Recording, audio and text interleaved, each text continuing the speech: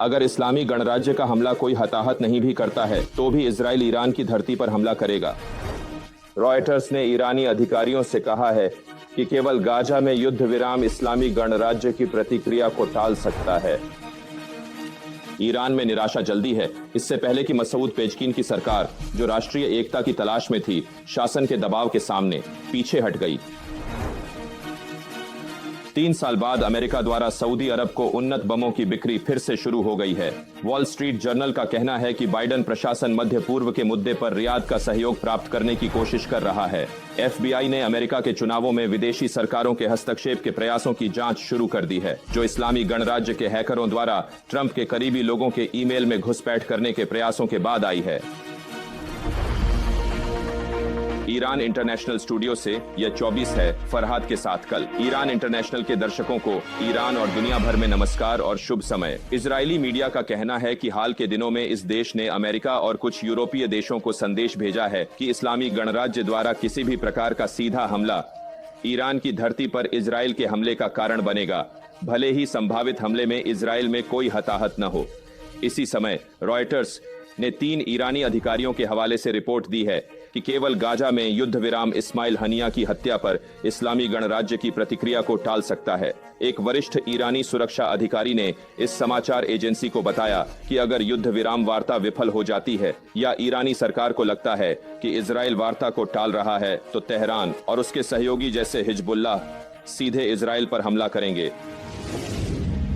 हमारे सहयोगी आरश अलाई अमेरिका के कांग्रेस से और बाबक इसाकी तेल अवीव से हमारे साथ हैं। मैं बाबक से शुरू करता हूं।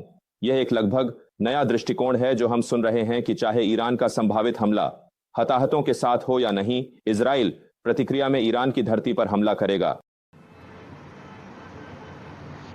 इजराइल में रात हो चुकी है और तिशाबेआब का दिन, जो इजराइल के शोक के दिनों में से एक है, समाप्त हो गया है। यह वह दिन था जब कई लोग, शायद सभी नहीं लेकिन कई, इस विश्वास में थे कि इस्लामी गणराज्य ने पिछली रात से इजराइल पर अपने हमले हिजबुल्लाह लेबनान के साथ शुरू कर दिए हैं, और जैसे कि आप जानते हैं ऐसा नहीं हुआ। अब यह अमेरिका के दबाव के कारण है, क्षेत्र में अमेरिका की सैन्य उपस्थिति के कारण है, या इजराइल की चेतावनियों के कारण है, या यह इस्लामी गणराज्य की प्रतीक्षा की नीति का हिस्सा भी हो सकता था। लेकिन फिर भी इस्माइल हनिया हमास राजनीतिक कार्यालय प्रमुख हत्या 2 सप्ताह बाद भी इजराइल लोग, लेबनान लोग और ईरान लोग अभी उस घटना प्रतीक्षा कर रहे हैं जो पूरे क्षेत्र पूर्ण युद्ध बदल सकती थी। इसके साथ ही इजराइल आज पहली बार महीनों बाद गाजा पट्टी मिसाइलें प्रक्षेपण गवाह बना दिखाता। हमास सक्रिय।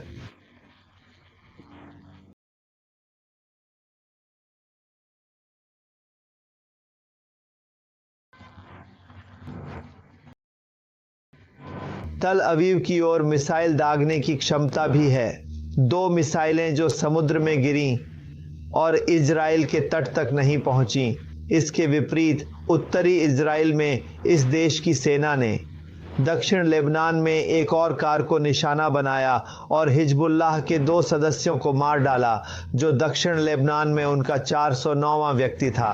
इसके जवाब में हिजबुल्लाह लेबनान ने भी इजराइल की ओर कई बार मिसाइलें दागीं। इसके साथ ही इजराइल की सेना कहती है कि वह हिजबुल्लाह और इस्लामी गणराज्य ईरान के हमलों का मुकाबला करने के लिए पूरी तरह से तैयार है, लेकिन वह शहर के निवासियों को सलाह देती है कि वे अपनी सामान्य जीवन शैली जारी रखें और कोई नया आदेश नहीं है। इसके अलावा इजराइल के रक्षा मंत्री भी कहते हैं कि हम न केवल बेरूत और तेहरान पर नज़र रख रहे हैं, बल्कि हमले की योजना भी बना रहे हैं। अमेरिका में, विशेष रूप से कांग्रेस में, वे कैसे निगरानी कर रहे हैं? यह रॉयटर्स की रिपोर्ट से है जिसका आपने उल्लेख किया था। वह रॉयटर्स की रिपोर्ट कहती है कि कूटनीतिक प्रयास जारी हैं। इस्लामी गणराज्य, अमेरिका के सहयोगी फ्रांस, जर्मनी, इंग्लैंड और अब हम सुन रहे हैं कि तुर्की जैसे संकेत भी हैं। तुर्की में अमेरिका के राजदूत श्री जेफ फ्लैक ने रॉयटर्स को बताया है कि वे भी किसी न किसी रूप में शामिल हैं। ऐसा लगता है कि उस रॉयटर्स की रिपोर्ट से यह निष्कर्ष निकाला जा सकता है कि किस प्रकार का हमला होगा और उसकी तीव्रता क्या होगी। वास्तव में वे मोलभाव कर रहे हैं कि क्या इस्लामी गणराज्य इसे सामान्य बनाने की कोशिश कर रहा है कि जहां भी उसे अंतर्राष्ट्रीय स्तर पर अनुमति मिलती है वह सैन्य प्रतिक्रिया दे सके, और यूरोपीय और अमेरिकी देश कहें कि यह इसकी सीमा है, इससे अधिक नहीं हो सकता। इसके अलावा कुछ घंटे पहले अमेरिकी प्रेस ने रिपोर्ट किया कि अमेरिका के विदेश मंत्री एंटनी ब्लिंकन की मध्य पूर्व की यात्रा रद्द कर दी गई है। श्री एंटनी ब्लिंकन को कल रात यात्रा करनी थी और अब खबर आ रही है कि उनकी यात्रा रद्द कर दी गई है। कहा जा रहा है कि यह सुरक्षा कारणों से है और क्योंकि अमेरिकी खुफिया एजेंसियां सुनिश्चित नहीं हैं कि जब तक वे मध्य पूर्व में उतरेंगे तब तक युद्ध शुरू हो जाएगा। इसके अलावा व्हाइट हाउस ने बताया कि व्हाइट हाउस के 2 वरिष्ठ सलाहकार श्री एमोस हॉचस्टीन, जो लंबे समय से हिजबुल्लाह के साथ बातचीत कर रहे हैं, वे बेरूत से चले गए हैं। श्री ब्रेट मैकगर्क, जो लंबे समय से इस्लामी गणराज्य के साथ अप्रत्यक्ष रूप से बातचीत कर रहे हैं, वे काहिरा चले गए हैं। बाइडेन प्रशासन के कूटनीतिक प्रयास जारी हैं ताकि संभावित इस्लामी गणराज्य के इजराइल पर हमले के परिणामों को नियंत्रित किया जा सके। लेकिन ऐसा लगता है कि पिछले 24 घंटों में विभिन्न विशेषज्ञों से मैंने जो बातें सुनी हैं, उसके अनुसार अमेरिका की खुफिया एजेंसियों ने पिछले 24 घंटों में पर्याप्त सबूत देखे हैं, जिससे वे इस निष्कर्ष पर पहुंचे हैं कि इस्लामी गणराज्य इस हमले को अंजाम देगा। संभवतः उपग्रहों, उपग्रह चित्रों, कुछ मिसाइल लॉन्च सिस्टम की स्थिति बदलने, इस्लामी गणराज्य के ड्रोन लॉन्च करने के माध्यम से यही कारण है कि शायद 24 घंटे पहले अमेरिका के एक विमान वाहक समूह को आदेश दिया गया था कि अब्राहम लिंकन समूह को जल्द से जल्द क्षेत्र में पहुंचाया जाए ताकि यह घटना होने से पहले ही इसे रोका जा सके।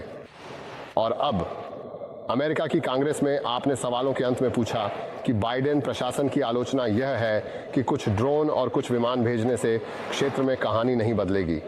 बाइडेन प्रशासन की एक मौलिक रणनीतिक समस्या है, क्योंकि इस्लामी गणराज्य के साथ लंबे समय तक नरमी बरती गई है और अब ऐसा लगता है कि अगर इस्लामी गणराज्य कुछ हद तक सैन्य प्रतिक्रिया दिखाता है तो अमेरिका चुनावी वर्ष में उस प्रतिक्रिया का जवाब नहीं देगा। शलाय को अमेरिका की कांग्रेस से और बाबा किस्तागी को तेल अवीव से हमारे साथ होने के लिए धन्यवाद।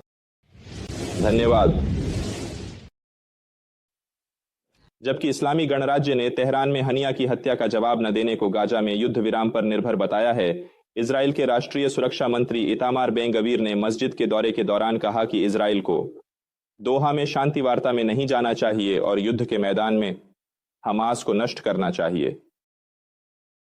मैं यह नहीं कहना चाहता कि हम खरीदारी की कतार में हैं। हमें इस युद्ध में जीतना चाहिए, इजराइल को जीतना चाहिए। हमें दोहा या काहिरा में शांति वार्ता में नहीं जाना चाहिए, बल्कि हमें दुश्मन को हराना चाहिए। हमें उन्हें घुटनों पर लाना चाहिए। मेरा संदेश ये है कि हम हमास को हरा सकते हैं और उन्हें घुटनों पर ला सकते हैं। आमोन गुलरीज, अंतर्राष्ट्रीय मामलों के विश्लेषक और हेग विश्वविद्यालय के प्रोफेसर, और मरताद फरहमंद, मध्य पूर्व मामलों के विश्लेषक, इस्तांबुल से हमारे साथ हैं। श्री गुलरीज, अब यह चर्चा हो रही है कि अगर युद्ध विराम समझौता हो जाता है तो शायद इस्लामी गणराज्य इजराइल पर संभावित हमले से पीछे हट जाएगा। आप कितना सोचते हैं कि यह संभव है कि अगर दोनों पक्षों के बीच एक आंशिक समझौता भी हो जाता है तो युद्ध विराम हो सकता है? आपको नमस्कार श्री फरहसाद और सभी दर्शकों को भी मुझे खुशी है कि मैं आपकी सेवा में हूं। मेरी राय में खामेनेई और सेपाह की समीकरणों में कोई बदलाव नहीं आया है। इस राजनीतिक निर्णय को खामेनेई को ही लेना होगा, जैसे कि पिछली बार 13 अप्रैल को इजराइल पर हमला हुआ था। इस बार भी खामेनेई के अंतिम निर्णय में कोई बदलाव नहीं होगा। खामेनेई को यह राजनीतिक निर्णय लेना ही होगा। निश्चित रूप से अमेरिका और यूरोपीय देशों के पास इस वार्ता को करने का अवसर होगा, लेकिन अंतिम विश्लेषण में यह घटना घटित होगी। याद रखें कि इसके पीछे एक अच्छा कारण भी है कि हमला किया जाए। अब यह किस रूप में होगा, यह एक अलग चर्चा का विषय है। यहां तक कि आपकी रिपोर्ट में जो चेतावनी थी इजराइल ने आज दी है। इजराइल की सेना ने इस चेतावनी को जारी किया है, जिसे टाइम्स ऑफ इजराइल ने प्रकाशित किया है। इसका कारण यह है कि श्री फरहसाद पिछले वर्षों में हर बार जब इस्लामी गणराज्य ने 2019 में सऊदी अरामको पर हमला किया, 2020 में सुलेमानी की हत्या के जवाब में ऐन अल असद पर हमला किया, या पिछले जनवरी में हमला किया था। जॉर्डन में स्थित सीरिया की धरती पर अप्रैल में हुए हमले में 22वीं टावर पर 3 अमेरिकी सैनिक मारे गए थे, और इजराइल पर अप्रैल में हुए हमले में भी इन सभी उदाहरणों में अमेरिका ने वह प्रतिक्रिया नहीं दिखाई जो इस्लामी गणराज्य ने सोची थी। इससे मुझे लगता है कि खामेनेई यह जोखिम उठाएंगे। अगर अमेरिकी अधिकारियों द्वारा जारी बयान और इजराइल की प्रतिक्रिया के बीच का अंतर, जिसका मतलब है कि इस्लामी गणराज्य का हमला बहुत बड़ा प्रभाव नहीं डालना चाहिए या बहुत अधिक हताहत नहीं होना चाहिए, और इजराइल की प्रतिक्रिया जिसका मतलब है कि हम हर प्रकार के हमले का जवाब देंगे, के बीच का अंतर अगर अमेरिका नहीं भरता है और केवल रक्षा के बजाय इस्लामी गणराज्य को यह संदेश नहीं देता कि हम इजराइल की प्रतिक्रिया में हर प्रकार के हमले का कड़ा जवाब देंगे, तो मुझे लगता है कि खामेनेई यह राजनीतिक निर्णय लेंगे। श्री फरहमंद, यहां हिजबुल्लाह की भूमिका क्या होगी? बहुत से लोग यह सवाल उठा रहे हैं कि अगर युद्ध होता है या प्रतिक्रिया होती है तो यह संभव है कि यह एक साथ ईरान और लेबनान से हो, या यहां तक कि हिजबुल्लाह पहले शुरू करे। यह एक मजबूत संभावना है कि ईरान का यह हमला इजराइल पर सीधे न होकर किसी अन्य माध्यम से हो। यह हमला उसके सहयोगी हिजबुल्लाह द्वारा किया जाएगा, जो यह दर्शाता है कि यह हमला नियंत्रित होगा और इसके गंभीर परिणाम सीधे ईरान पर नहीं पड़ेंगे। लेकिन मेरा मानना है कि ईरान तब तक इंतजार करेगा जब तक इस युद्ध विराम का मुद्दा स्पष्ट नहीं हो जाता। ईरान के साथ सबसे अच्छा जो हो सकता है वह युद्ध विराम का मुद्दा है। अगर युद्ध विराम हो जाता है तो संभावना है कि ईरान हमला करेगा, क्योंकि अब जो संभावित हमले की बात हो रही है और जिन हमलों का आमोन गुलरीज ने उल्लेख किया है, उनमें अंतर यह है कि इस बार ऐसा लगता है कि इसे सहमति से नियंत्रित नहीं किया जा सकता है। इजरायलियों ने स्पष्ट रूप से घोषणा की है कि अगर इस्लामी गणराज्य ईरान की ओर से हमला होता है तो वे पिछली बार की तरह प्रतिक्रिया नहीं देंगे कि एक बार हमने मारा और एक बार उन्होंने मारा और फिलहाल इसे यहीं रोक दिया, बल्कि इस बार वे फिर से जवाब देंगे और यह नहीं मानेंगे कि ईरान इजराइल की ओर से कोई प्रतिक्रिया प्राप्त करना चाहता है। जब इजराइल हमला करेगा तो यह स्थिति को और जटिल बना देगा, जिससे ईरान के पहले से ही समस्याग्रस्त बाजार में और अधिक समस्याएं जुड़ जाएंगी। साथ ही यह संभव है कि एक नया हमला सैन्य या औद्योगिक बुनियादी ढांचे पर हो, जो ईरान की वर्तमान आर्थिक स्थिति के लिए विनाशकारी होगा। नतीजतन मेरी राय में चाहे जो भी म्यूजियम की स्थिति हो, ईरान की कोशिश यही है कि यह हमला ना हो। वे फिलहाल इंतजार कर रहे हैं कि अगर कोई उपलब्धि मिलती है जैसे कि युद्ध विराम, तो वे हमला ना करें। न तो ईरान यह चाहता है और न ही हिजबुल्लाह यह चाहता है। कोई भी इससे अधिक खर्च नहीं करना चाहता।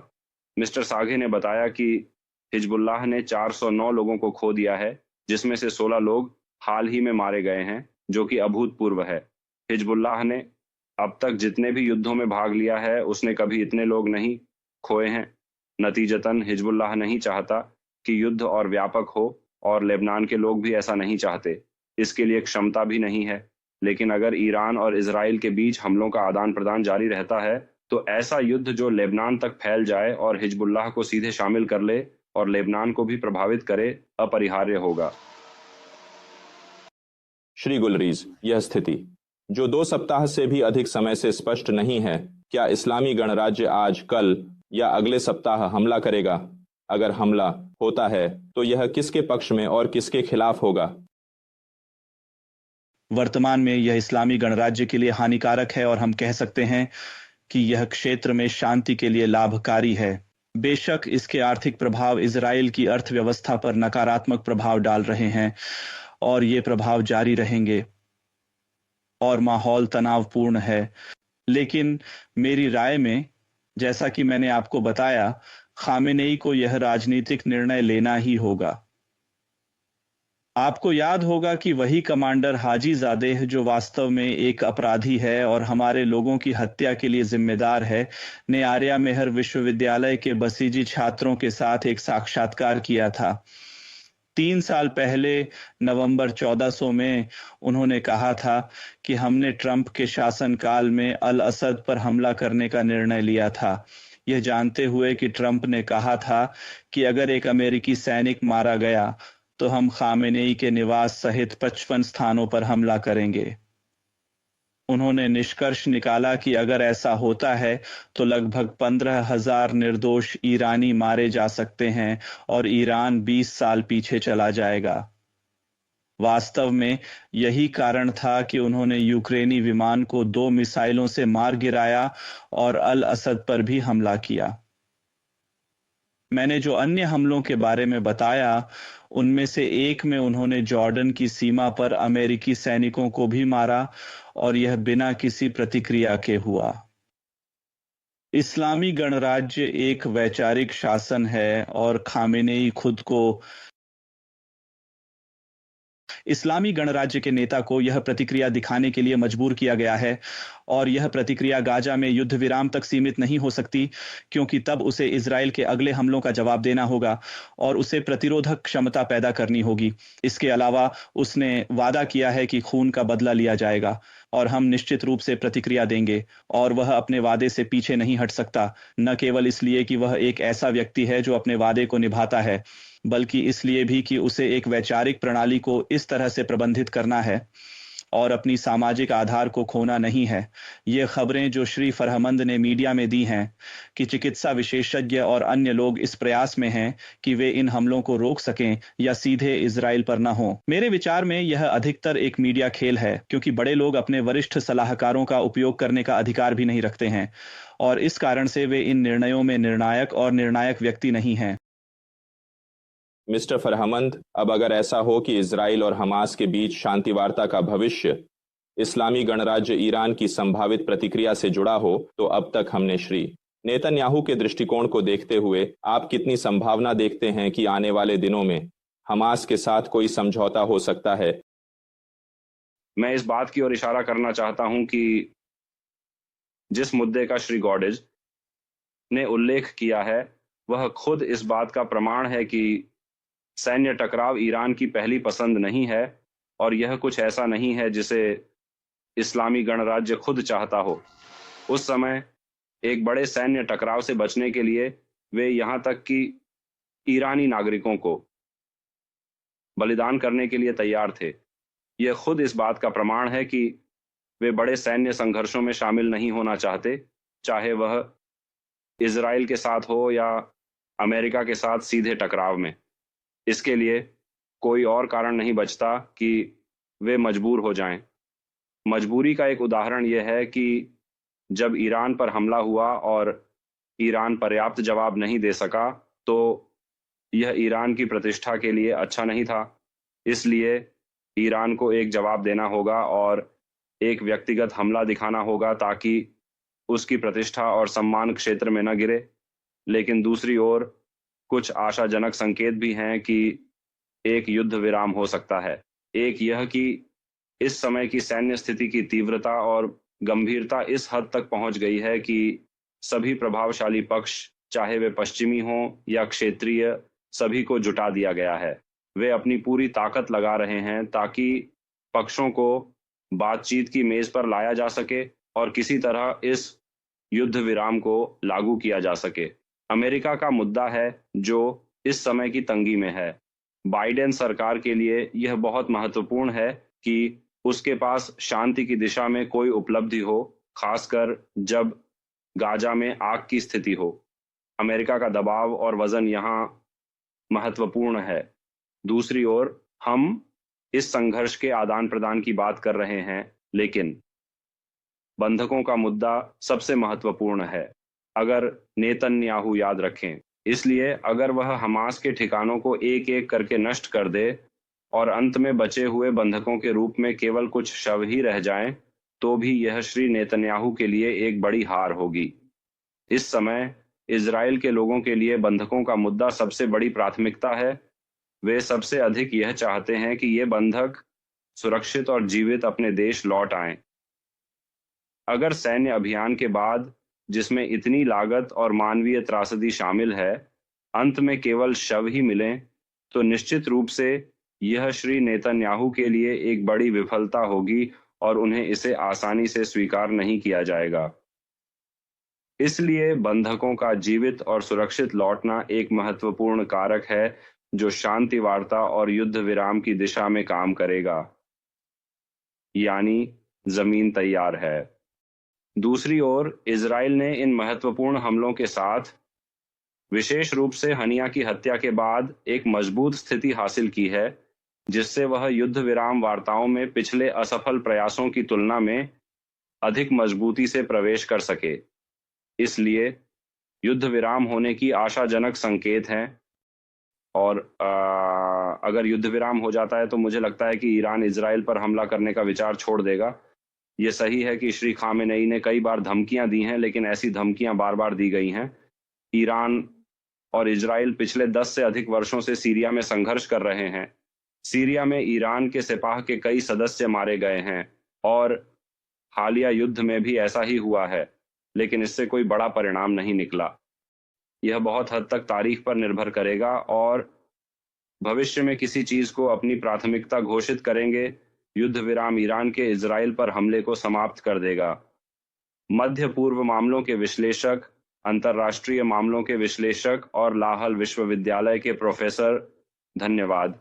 हमारी बातचीत के दौरान वॉशिंगटन डीसी में पेंटागन की प्रेस कॉन्फ्रेंस भी चल रही है और पत्रकार पेंटागन के प्रवक्ता पैट्रिक राइडर से संभावित ईरानी हमले पर संयुक्त राज्य अमेरिका और इजराइल की संभावित प्रतिक्रिया के बारे में सवाल पूछ रहे हैं। श्री राइडर ने हाल के क्षणों में एक पत्रकार के सवाल का जवाब देते हुए, जिसने पूछा कि क्या संयुक्त राज्य अमेरिका तेहरान द्वारा इजराइल पर संभावित हमले की स्थिति में सीधे ईरान का सामना करेगा, कहा कि वह काल्पनिक परिस्थितियों में नहीं जाना चाहते, लेकिन इजराइल के प्रति संयुक्त राज्य अमेरिका का समर्थन हमेशा की तरह मजबूत है। आप वॉशिंगटन डीसी में पैट्रिक राइडर्स और पेंटागन के पेंगुइन की प्रेस कॉन्फ्रेंस से लाइव फुटेज देख रहे हैं।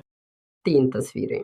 और ईरान और चीन को भी इस निर्णय में शामिल होना चाहिए। आपका इस निर्णय में थोड़ा क्या विचार है? आपका इस निर्णय में थोड़ा क्या विचार है? आपका इस निर्णय में थोड़ा क्या विचार है?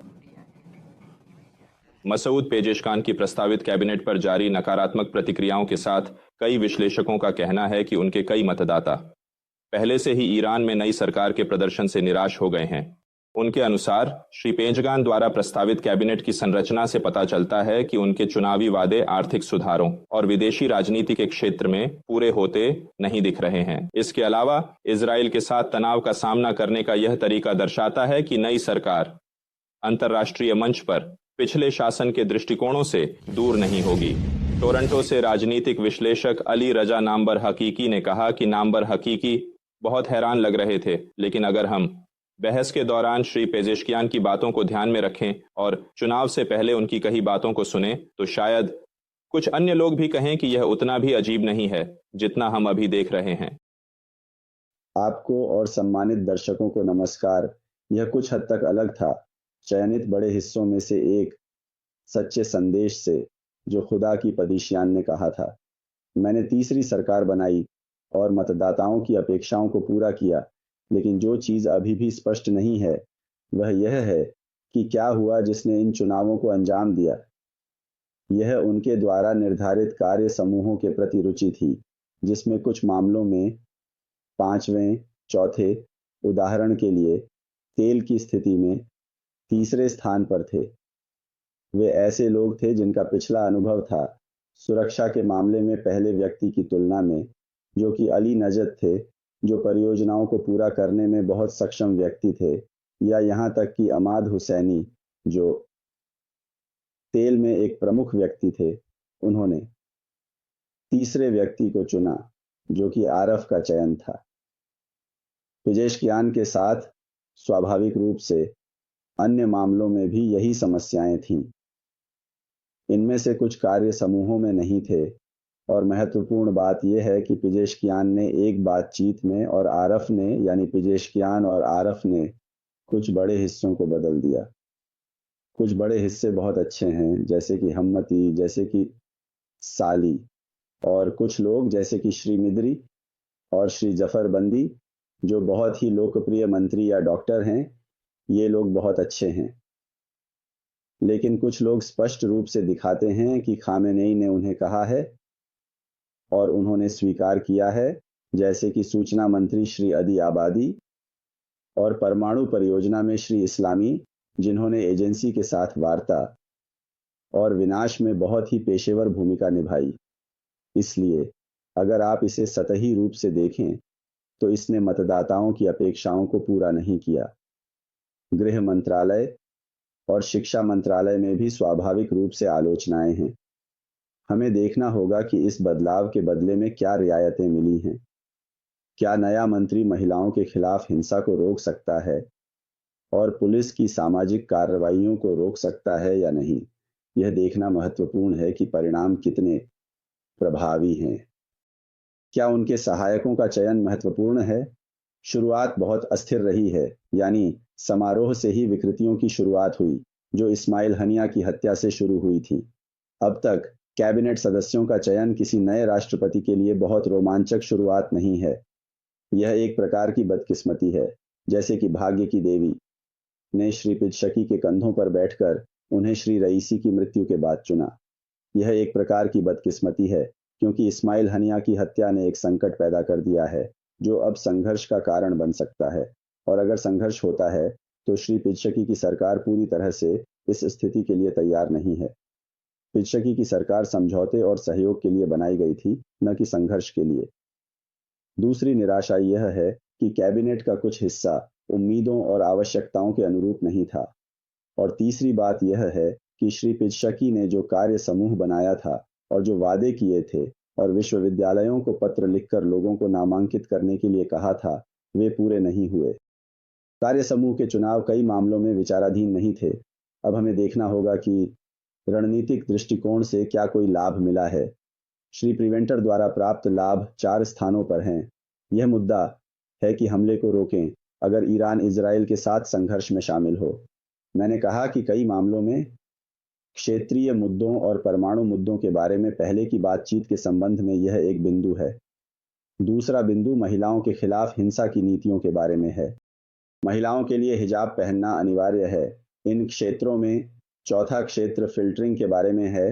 5वां आर्थिक मुद्दों के बारे में है और 6वां दवाओं और चिकित्सा मुद्दों के बारे में है। हमें देखना होगा कि श्री पेजेशकियान ने कौन से रणनीतिक लाभ प्राप्त किए हैं और क्या वह कुछ कर सकते हैं या नहीं। स्वाभाविक इनमें से प्रत्येक क्षेत्र में सफलता का अन्य क्षेत्रों पर प्रभाव पड़ेगा, लेकिन सबसे महत्वपूर्ण है विदेश नीति के क्षेत्र की रिपोर्ट। और अगर ईरान अपनी पिछली नीति को जारी रखना चाहता है और उलझना चाहता है या यहाँ तक कि समझौता नहीं करना चाहता है, तो यह निश्चित रूप से सभी क्षेत्रों में नकारात्मक प्रभाव डालेगा। धन्यवाद। टोरंटो कनाडा से राजनीतिक विश्लेषक मलिर्जा नानोवार हकीकती।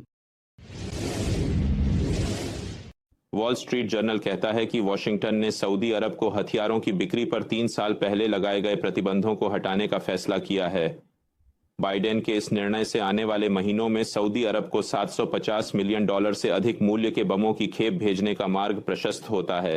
हथियारों की खेप में 3000 छोटे व्यास के GBUC और 7500 PV4 बम शामिल होंगे।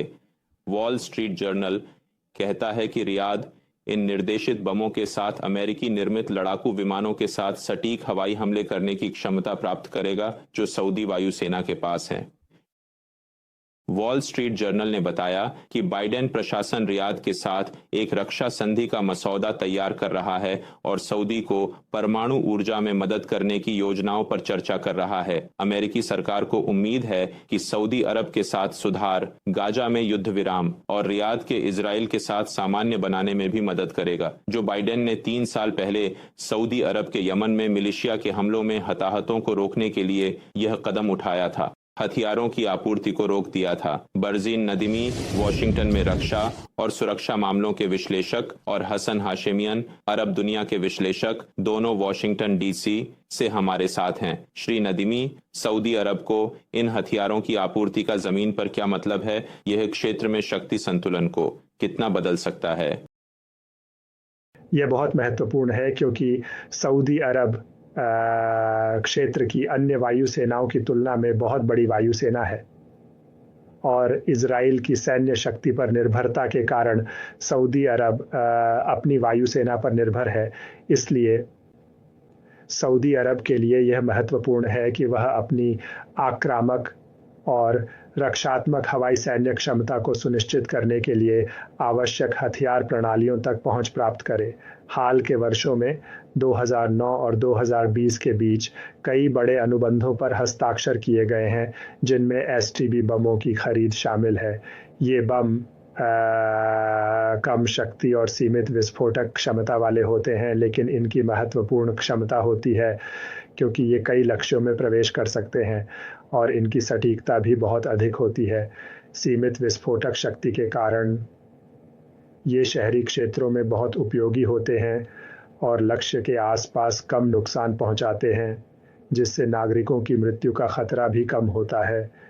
विशेष रूप से यमन युद्ध शुरू होने के बाद सऊदी अरब ने इन बमों को अमेरिका से खरीदा ताकि वह शहरी क्षेत्रों में उनका उपयोग कर सके। इसके अलावा PV4 बम, जो निर्देशित बम है, दो तरीकों से निर्देशित किए जा सकते हैं, लेज़र गाइडेंस और सैटेलाइट या GPS गाइडेंस के साथ। ये बम बहुत उच्च सटीकता के साथ अपने लक्ष्यों को नष्ट कर सकते हैं।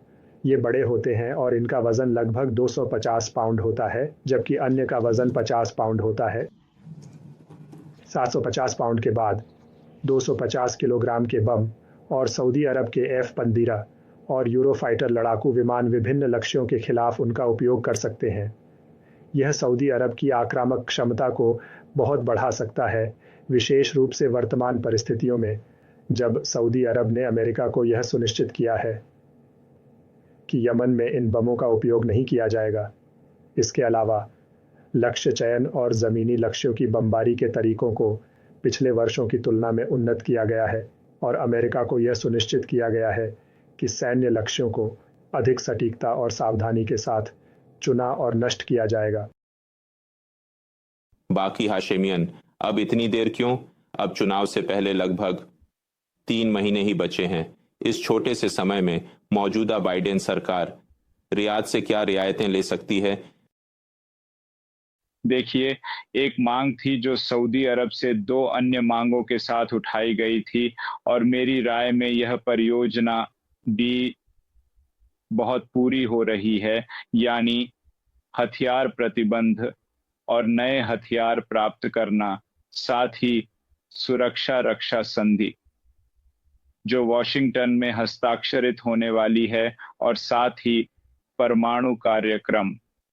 अब सऊदी अरब में यह उम्मीद है कि उन्हें अगले प्रशासन जैसे कि श्री ट्रंप के आने पर इन कामों को करने की आवश्यकता ही नहीं होगी, क्योंकि बाइडेन सरकार ने बहुत ही व्यापक और विस्तृत स्तर पर यह काम किया है और इन विकल्पों की बहुत सिफारिश की है। इसलिए अब वे बहुत आसानी से बाइडेन सरकार के साथ वास्तव में यह काम कर सकते हैं और उनका विकल्प भी इस मामले को बाइडेन सरकार के साथ समाप्त करना है। यह प्रतिबंध जो था और अब हटा लिया गया है, सऊदी अरब के साथ सुरक्षा संधि पर हस्ताक्षर और शांतिपूर्ण परमाणु कार्यक्रम को पूरा करने के लिए एक प्रस्तावना है। हालांकि सऊदी अरब इस नतीजे पर पहुंचने के लिए और इस तथ्य के बावजूद कि बाइडेन के कार्यकाल की शुरुआत में यमन युद्ध और जमाल खशोगी की हत्या के कारण बहुत ही सऊदी विरोधी नीति थी, उन्होंने अन्य देशों के साथ भी समझौते किए, अपने हथियारों की विविधता को बढ़ाया और अपने बाजार का विस्तार किया। उदाहरण के लिए उन्होंने फ्रांस के साथ राफेल खरीदने के लिए एक समझौता किया, जर्मनी के साथ यूरोफाइटर के लिए एक समझौता किया और इसी तरह चीन, रूस और यहाँ तक कि तुर्की से भी कई हथियार खरीदे। इस तथ्य को ध्यान में रखते हुए कि सऊदी अरब हथियार खरीदने के मामले में दुनिया का 5वां सबसे बड़ा देश है, शांति और सुरक्षा अध्ययन केंद्र द्वारा प्रस्तुत एक रिपोर्ट के अनुसार वास्तव में इस मामले ने बाजार को इस तरह से प्रभावित किया है और एक ऐसा माहौल बनाया है कि अमेरिका इस बाजार पर नियंत्रण नहीं रखता। श्री नदीमी, अगर ईरान के साथ एक संभावित टकराव इजराइल के साथ होता है तो यह स्पष्ट है कि इस मोर्चे का एक बड़ा हिस्सा जॉर्डन के आकाश और संभवतः सऊदी अरब, शायद सीरिया और इराक तक हो सकता है। सऊदी अरब द्वारा अमेरिका और इजराइल के संभावित समर्थन की सीमा के बारे में कई सवाल उठाए गए हैं। आप कितना सोचते हैं कि यह नया समझौता इस तरह की घटना से संबंधित हो सकता है? खैर, अंततः ये पूरी तरह से असंबंधित नहीं हो सकता है। हालांकि संबंध का पता लगाना अधिक महत्वपूर्ण मुद्दों से संबंधित है, जैसे कि सऊदी अरब और अमेरिका के बीच सैन्य संधि पर हस्ताक्षर की बात हो रही है और इसी तरह सऊदी अरब और इजराइल के बीच संबंधों का सामान्यीकरण। लेकिन सीमित रूप में ईरान द्वारा इजराइल के खिलाफ आक्रामक कार्रवाइयों के जवाब में हाँ, यह विश्वास है कि सऊदी अरब अधिक लड़ाकू विमानों को गश्त और पहचान के लिए आकाश में रखेगा और निश्चित रूप से इस स्थिति में ये विमान हवा से हवा में मार करने वाली मिसाइलों से लैस होंगे जो ईरानी क्रूज मिसाइलों और ड्रोन को निशाना बना सकते हैं यदि वे सऊदी अरब के आकाश के क्षेत्रों का उपयोग करने की कोशिश करते हैं। रक्षात्मक मिसाइलें इस प्रतिबंध का हिस्सा नहीं थीं और सऊदी अरब अभी भी अमेरिका से हवा में मार करने वाली मिसाइलें प्राप्त कर रहा था। लेकिन यह उम्मीद की जा सकती है कि सऊदी अरब और संयुक्त राज्य अमेरिका की केंद्रीय कमान बीच खुफिया सहयोग बढ़ेगा, जिसमें अब इजराइल भी शामिल है और रडार जानकारी का आदान प्रदान होगा। अगर सऊदी अरब रडार अपनी स्थिति के कारण ईरान के मिसाइल प्रक्षेपण या ड्रोन उड़ानों का पता लगाते हैं। वॉशिंगटन में स्थित बरजीन नदीमी, रक्षा और सुरक्षा मामलों के विश्लेषक हसन हाशेमियन, अरब जगत के विश्लेषक, धन्यवाद। डीसी से हमारे साथ थे। CNN की रिपोर्ट के अनुसार FBI, जो ट्रंप अभियान के दस्तावेजों की हैकिंग की जांच कर रही है, ने कहा है कि संभवतः इस्लामी गणराज्य से जुड़े हैकरों ने रिपब्लिकन रणनीतिकार और श्री ट्रंप के करीबी सहयोगी रॉजर स्टोन के निजी ईमेल खाते को हैक कर लिया है। वॉशिंगटन पोस्ट ने भी लिखा है कि FBI ने पिछले महीने बाइडेन हैरिस अभियान को ईरानी हैकरों द्वारा लक्षित किए जाने के बारे में सूचित किया था।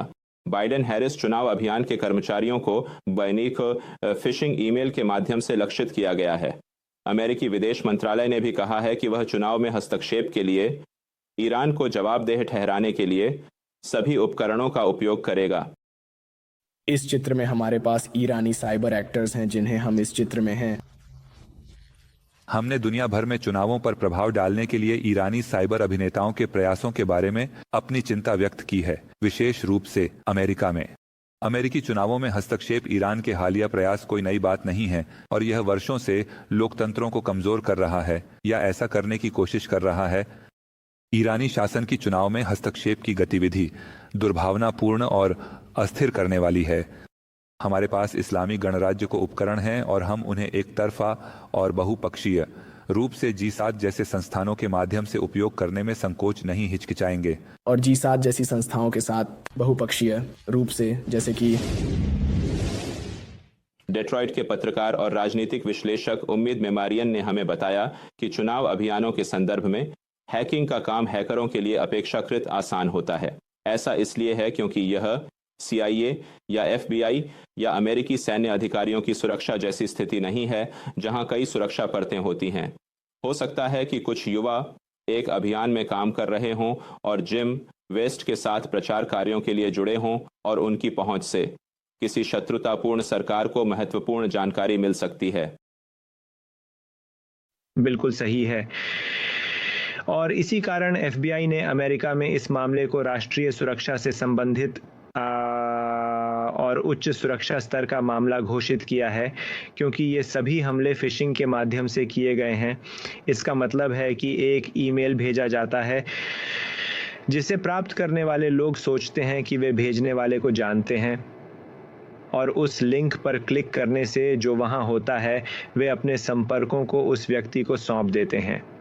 जैसा कि आपने कहा, यह बहुत आसान है कि जब वे ईमेल संग्रह तक पहुंच प्राप्त कर लेते हैं तो वे उन फाइलों और दस्तावेज़ों का उपयोग कर सकते हैं जो उस समूह के संग्रह में होते हैं। इसलिए श्री ट्रंप के अभियान और सुश्री हैरिस के अभियान दोनों को साइबर सुरक्षा के मुद्दे पर आवश्यक सिफारिशें दी गई हैं और यह कि आने वाले महीनों में कई खिलाड़ी प्रयास करेंगे, जैसे कि वर्ष 206, वर्ष 2020 की तरह विभिन्न अभियानों के दस्तावेजों तक पहुंच प्राप्त करें और किसी तरह से इन सूचनाओं को प्रकाशित करके अराजकता और अस्थिरता पैदा करें और मतभेदों और ध्रुवीकरण को बढ़ावा दें। सुरक्षा और खुफिया अधिकारियों के अनुसार यह एक नई वास्तविकता है और अभियान के निकटवर्ती लोगों को यह सुनिश्चित करना चाहिए कि उनकी साइबर सुरक्षा अच्छी तरह से संरक्षित हो। और खाद्य भी अमेरिका का हाथ बंधा हुआ है। ऐसा नहीं है क्योंकि यह ब्रिटेन में नहीं है कि वे प्रत्यर्पित कर सकें, वह ईरान में है, तो प्रतिबंधों से परे वे और क्या कर सकते हैं। देखिए, जैसा कि आप अच्छी तरह जानते हैं, चुनाव सुरक्षा और अमेरिका के आंतरिक मामलों का मुद्दा एक महत्वपूर्ण मुद्दा है जो अमेरिकी सुरक्षा और खुफिया एजेंसियों के लिए महत्वपूर्ण है। इस्लामी गणराज्य द्वारा की जाने वाली ये हस्तक्षेप और शरारतें जो अमेरिका के आंतरिक माहौल को प्रभावित करने और अराजकता पैदा करने के लिए की जाती हैं, सामाजिक और राजनीतिक विभाजन को बढ़ावा देने के लिए की जाती हैं।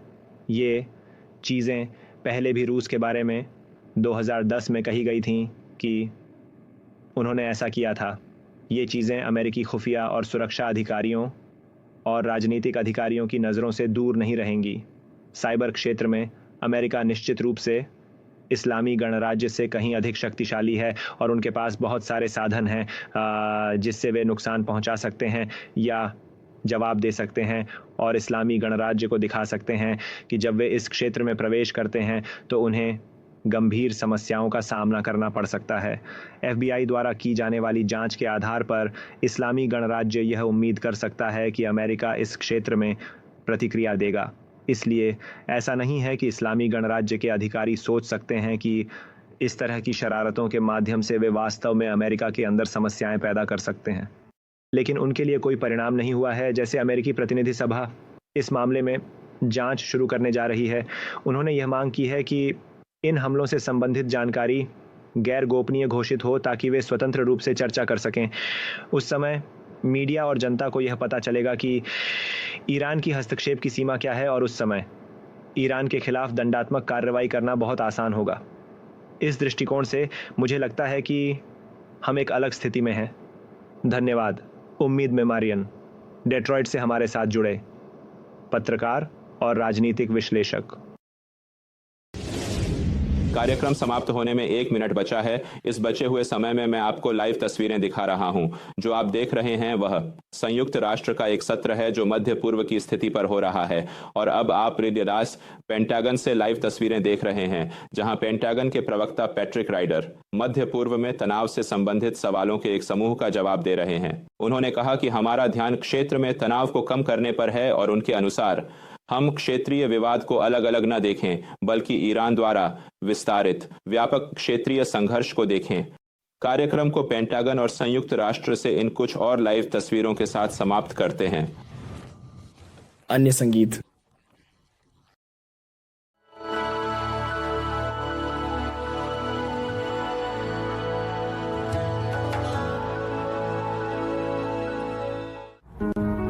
दुनिया हमारे साथ थोड़ी देर के लिए नहीं सोती।